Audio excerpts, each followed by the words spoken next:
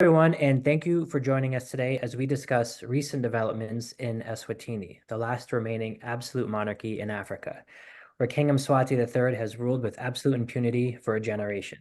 This tiny landlocked kingdom rarely makes headline news, and for those who are not aware, it is probably the worst dictatorship you've never heard of. As one example among many, just this week, two former members of the country's parliament were sentenced to decades in prison after being found guilty in a sham trial for inciting unrest during pro-democracy demonstrations 3 years ago. Before being sentenced this week, the two men had already languished in detention for 3 years while being physically abused and denied food rations. For many people listening today, this pattern of abuse might seem unthinkable, too callous to be true, but I assure you it is. Helping me, thankfully, to shed light on this latest injustice, as well as the broader context in the kingdom, are two exemplary activists who I hold in the highest regard. First is Velaphi Mamba, a well-known Swazi activist who has been leading the charge for democratic change in Eswatini for many years. I'm also fortunate to be joined by Mary Pais da Silva, a Swazi attorney and co-director of the African Initiative of Women Human Rights Defenders, which is a fantastic organization that I encourage everyone to check out.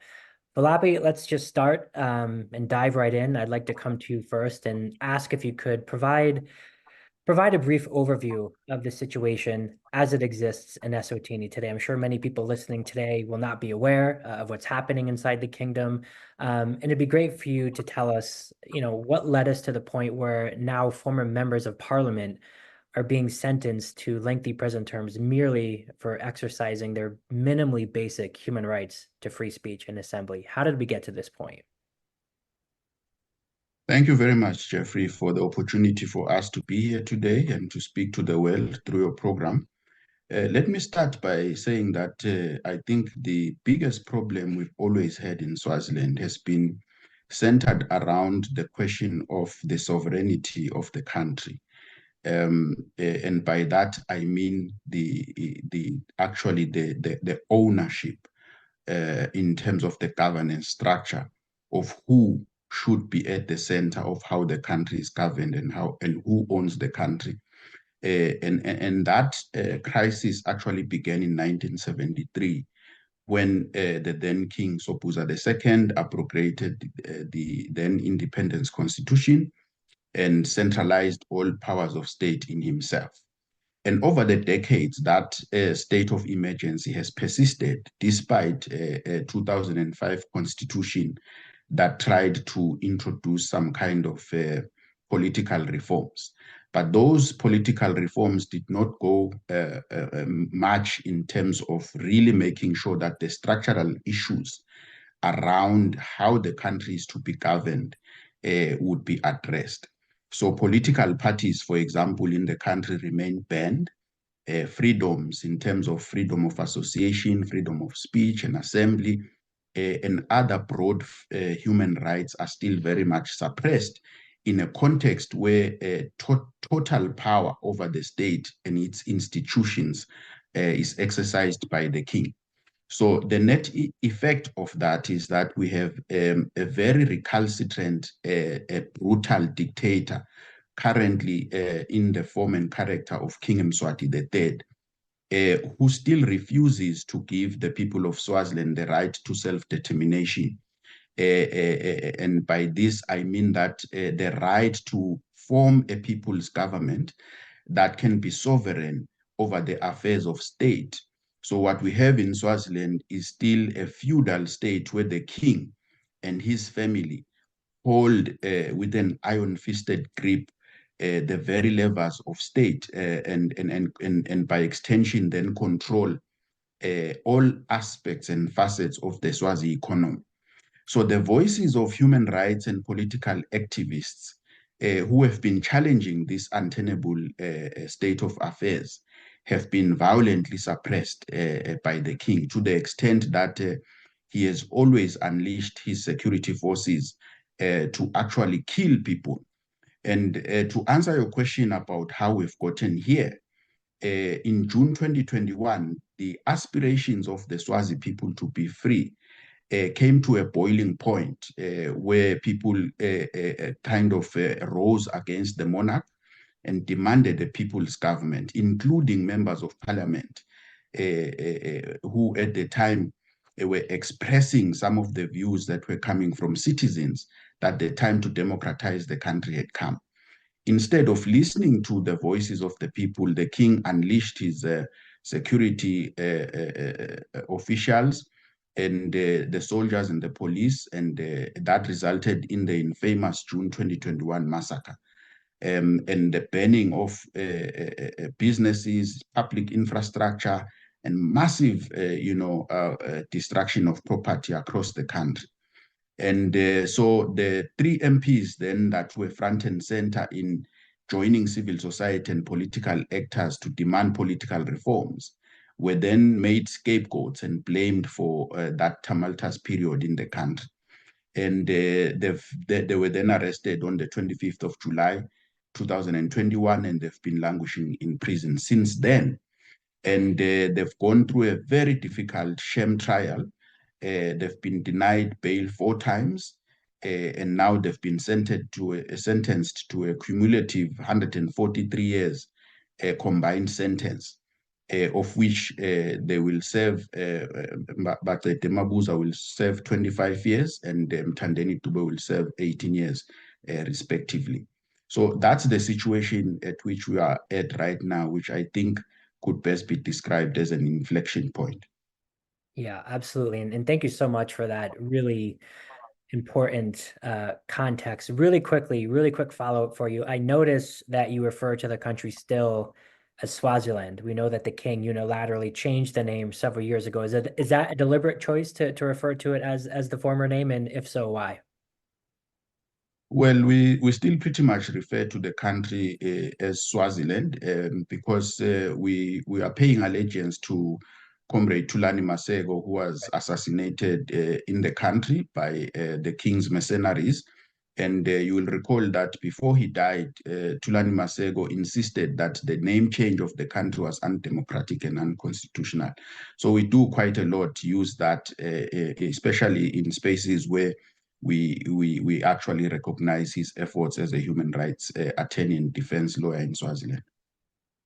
Thank you for that, Velaphi. I appreciate it. And Mary, coming to you now, you and your colleagues, of course, have been one of the few organizations that have kept the international community apprised of unfolding events in your country, including the longstanding persecution of the MPs Mabuza and Dube that Velaphi was just talking about.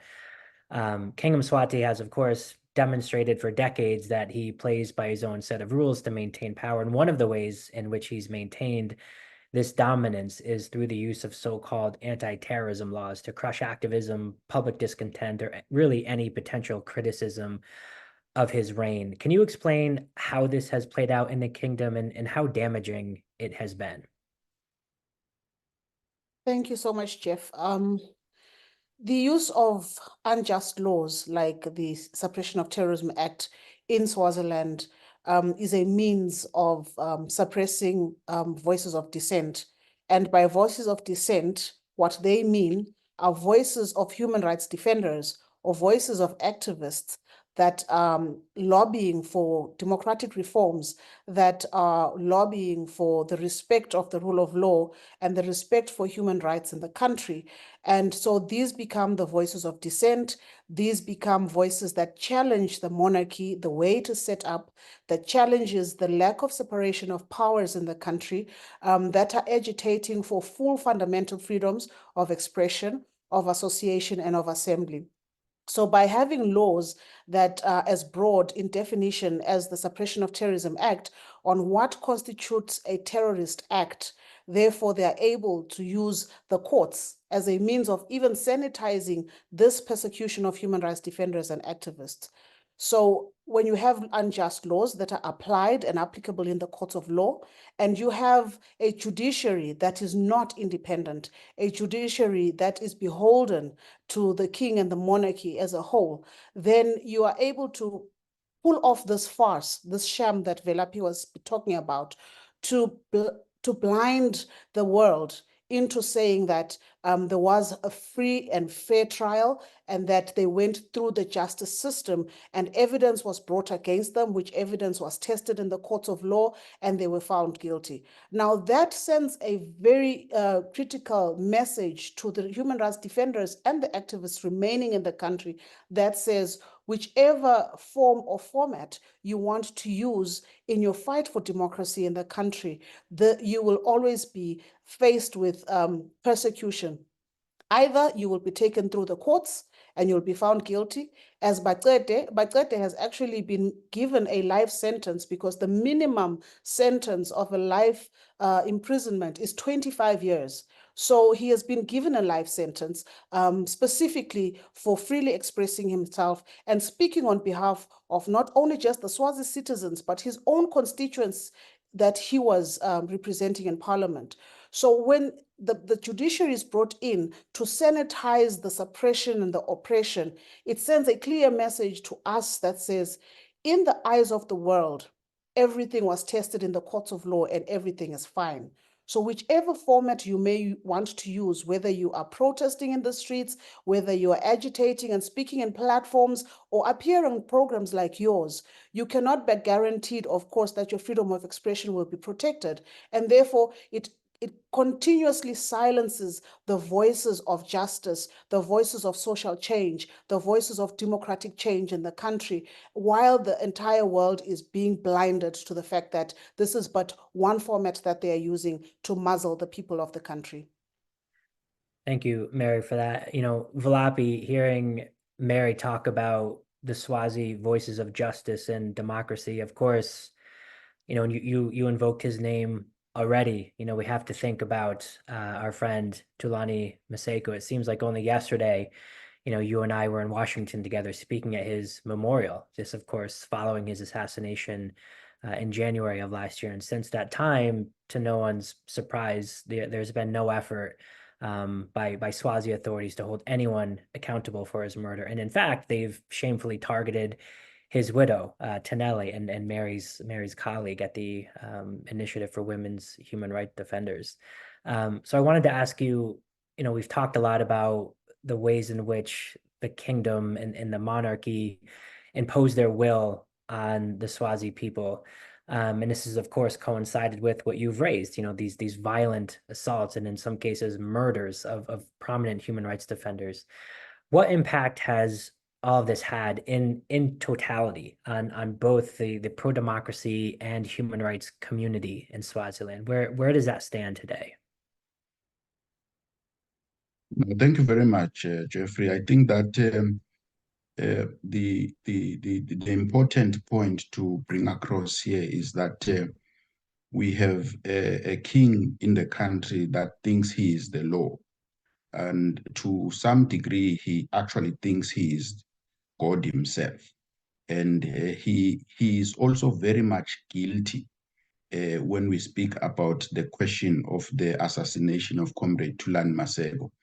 And indeed, not just the assassination of Comrade Thulani Maseko, but a massacre of hundreds of Mswati, including extrajudicial executions that have happened since the June 2021 unrest in Swaziland, as well as extrajudicial executions that are happening in the conservation space, which oftentimes escapes the light, the spotlight of global scrutiny.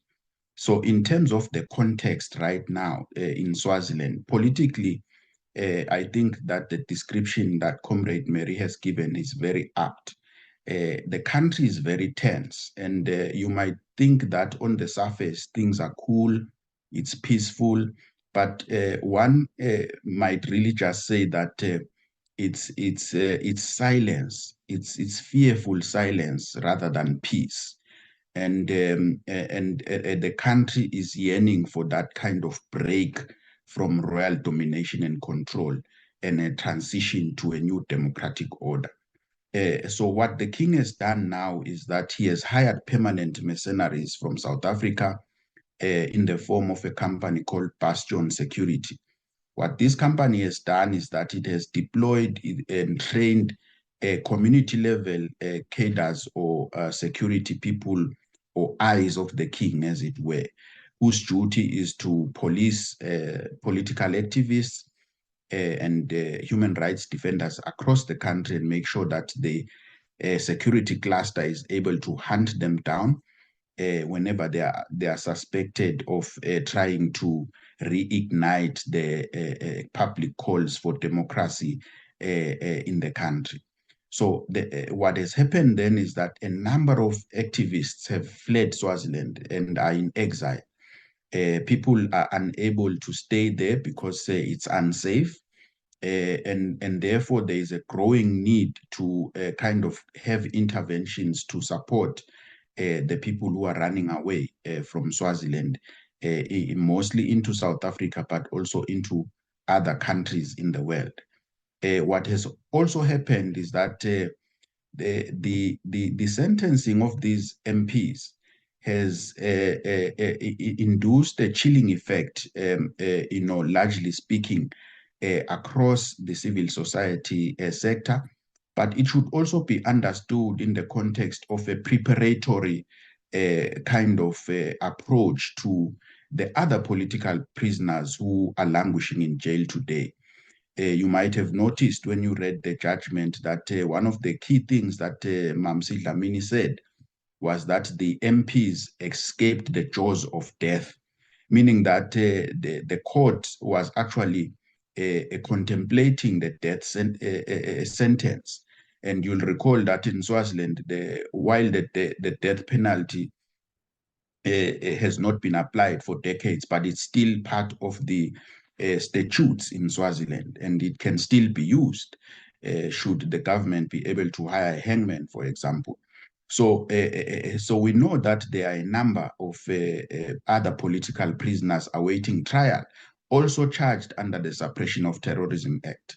And we can see that what Judge Mamsi has done is to really prepare the country's psyche for the heavy sentences that are expected for the remaining political prisoners that are still in jail today.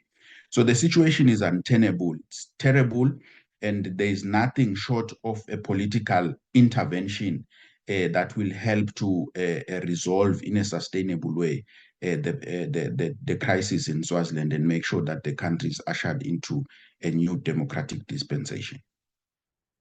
Thank you, Velaphi. That's actually a really good segue to you, Mary. And I wanted to give you a chance, of course, to reflect on what Velaphi just said, but also to perhaps provide us with some hope going forward. Obviously, the situation in Eswatini is dire, and you of course know this better than anyone. And it's particularly frustrating for me because the response to these continued human rights atrocities that laid out is often so woefully weak, including from Western embassies in the country.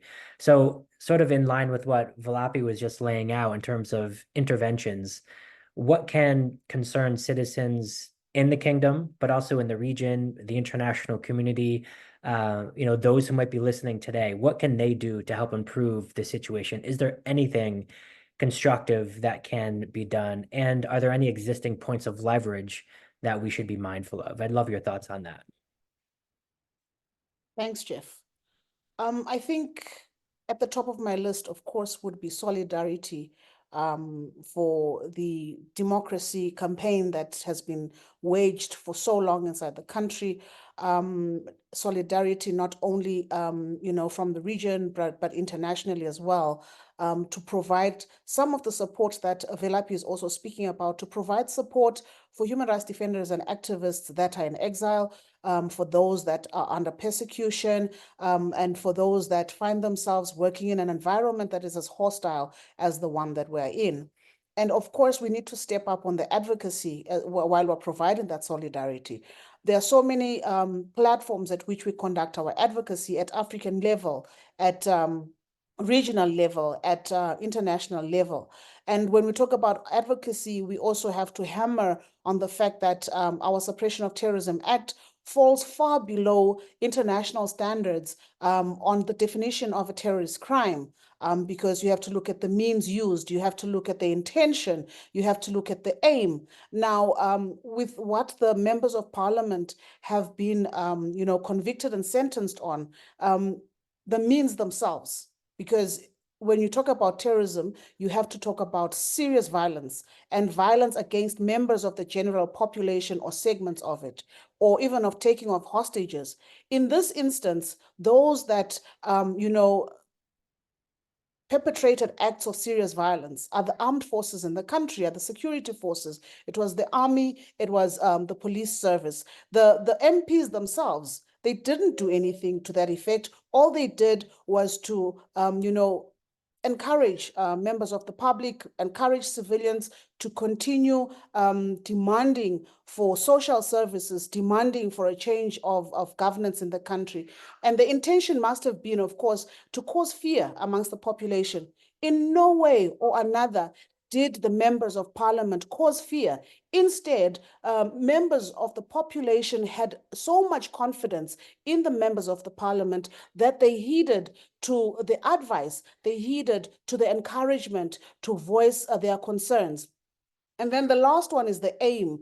Of course, it was a political or ideological goal, but these have to all be met, the means, the intent, and the aim all must be met in order to be convicted of a charge of terrorism at an international level. So when we go to these platforms where we can speak about the Swazi story, the African Commission on Human and People's Rights, the SADC forums that we may attend, the UN platforms, particularly with the UPR and other mechanisms that are available, that's where our regional partners, that's where our international partners can amplify our voices. We may not be able to get to those platforms, all of us, but if they are there to assist us, amplify our voices, provide us with the support to have the Swazi story told, then I think we can reach so much. And part of that, I know you have been working, Jeff, Velaphi has also been working with other colleagues around sanctions on Swaziland. It cannot be around Resolution 174 only. We had a resolution at the EU Parliament. It is for us to follow up to ensure that we get those sanctions. It is for us to step up and say, our country does not deserve to be part of these international bodies, international human rights bodies, and begin speaking about suspension from those international bodies, begin speaking about suspensions from these regional bodies, economic bodies that they belong to, that give them the economic power to be able to continue suppressing the people of Swaziland. So if we coalesce around a common goal, a common objective of ensuring that we have sanctions around issues that we will all agree on, and also for the suspension of Swaziland from regional and international bodies, I think we can have, see some kind of action, because one of the things that our king and our government is very, concerned with is their image in the international, around the world, even in the region. They go to such lengths to ensure that they come up with PR to ensure that they are always seen in a positive light. And every time we agitate and speak against that, it's egg on their face, an egg that they cannot afford to take. So, and then lastly is to also say that we need to continue the legacy of Comrade Thulani Maseko, who, he was a unifying factor. And it shouldn't be, I know he wouldn't like the fact that he's not here and we seem to not be speaking in the same voice. We are speaking in the same voice. It's just a matter of us coalescing and coming together and ensuring that the message is sent.